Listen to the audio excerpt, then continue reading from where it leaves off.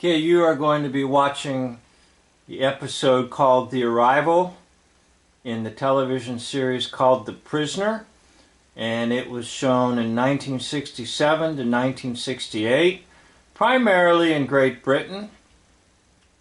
And the man you're looking at is the star of the show, Patrick McGoohan, and he plays number 6. Now, number 6 has just left his little meeting with number 2, the man basically in charge of the village, and he's headed back to his apartment.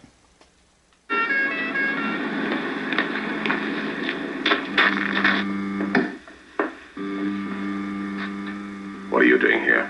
I'm your personal maid. Labor Exchange sent me. That's another mistake they made. Get out!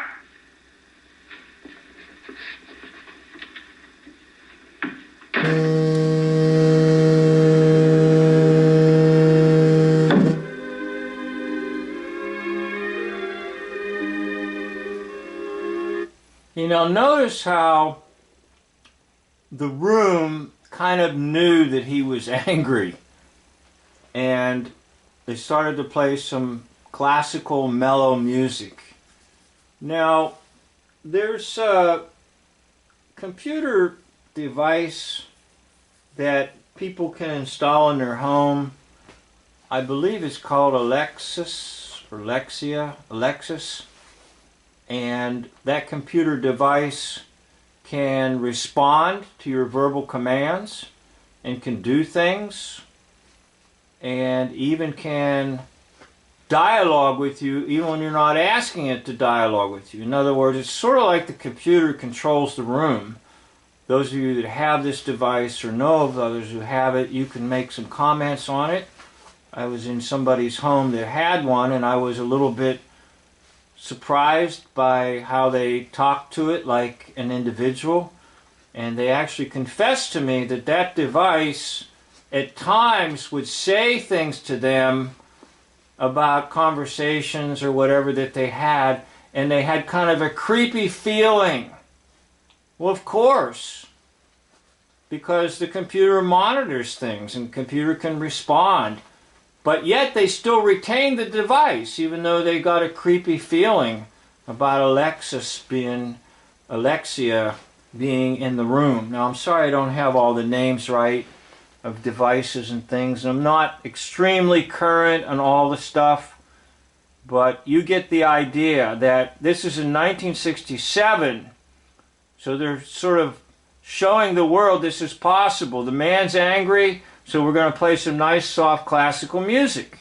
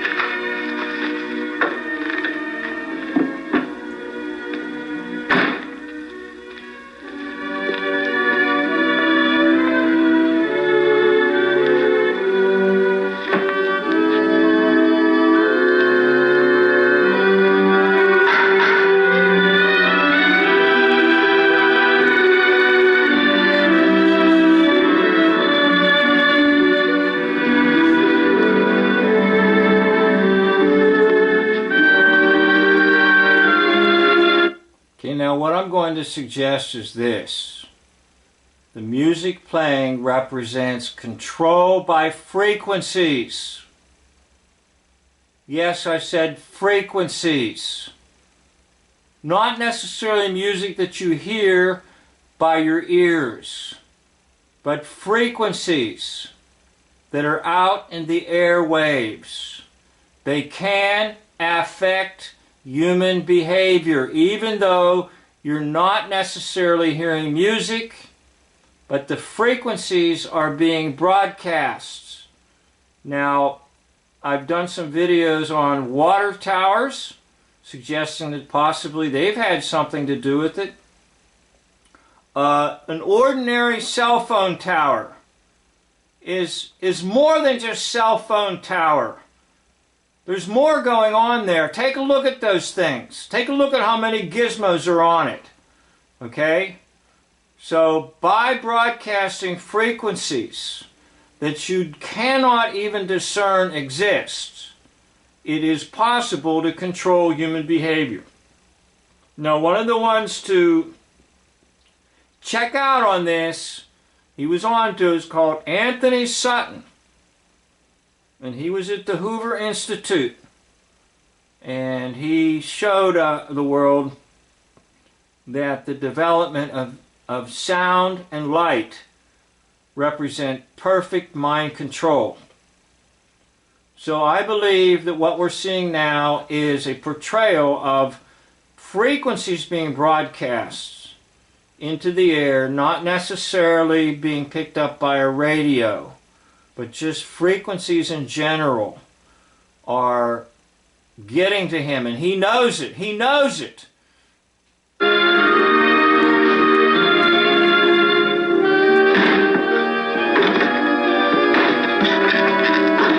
Attention, electrics department. Please go to number 6, where adjustment is needed.